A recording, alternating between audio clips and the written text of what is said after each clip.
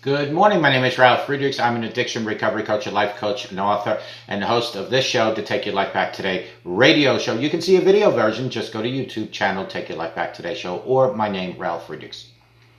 We all face this in our lives. How do you handle a stubborn, aging parent? Is your aging parent really difficult? I mean, think about that.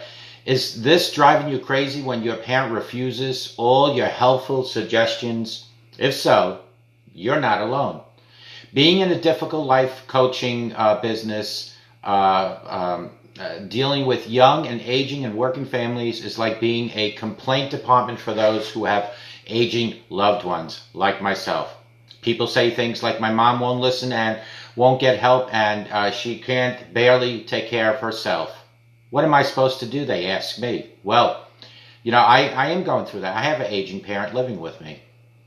Around times when families often gather, like holidays, birthdays, and such, there is a pain in seeing an aging parent in an unsafe situation or condition. It's in your face. They're sitting right there. You can't ignore it, and yet you get stubborn resistance when you try to talk a parent into getting help. The conversation might sound something like this. You, my friends, might want to say this, or you might say this. Mom, Dad, I think you ought to get someone in here to help you. I can see you're having a lot of trouble walking, and I think you should get someone a few days a week. They might respond like this, and I'm sure you've heard this. I don't need that. I'm fine. I can take care of myself. I hold on to the furniture, and besides, I'm very careful. You might reply like this. But you're going to fall, Mom, Dad. This isn't safe. Why won't you listen to me? You're being difficult as usual. You're very stubborn. As anyone who has had a conversation like this knows, using a logical approach, which I'm starting to learn, and pointing out what's wrong with your parent gets you nowhere. So you need to do an alternative. And here's an alternative way to approach the subject of your aging parent, loved one, losing independence. I go through this myself with my 83-year-old father, who finally came around, or is coming around, I should say. It took quite a lot of patient persuasion to get him to change, and is still changing. He could get a prize for stubbornness. He would be a gold medalist when it comes to stubbornness. I would say something like this. Dad, I'm worried. I know you never would want to be a burden to me. And if you fell and got hurt, it would be a burden. I might not be able to get here, but now he lives with me, so it doesn't really matter. But he did fall the other day.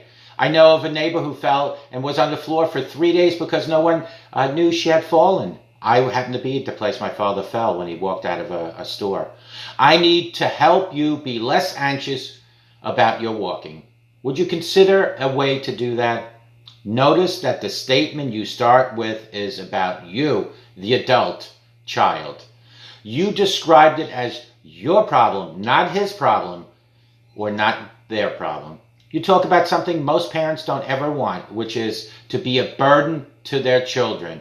You ask them to help you and ease your worry. If they agree to consider something, that is when you suggest the help you had in mind.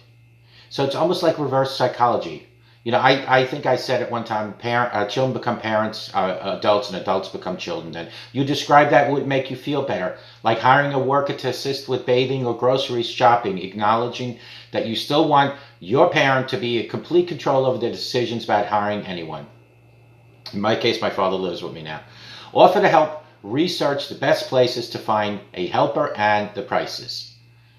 Or I suggest you have them move with you. It's certainly the easiest and the most comforting for the parent. You can also offer to help with the interviewing process if that's the route you take. It's sensible to do your research before the subject is introduced so that you have information about the problem you want to solve before you bring this up, because otherwise your train of thought will be gone.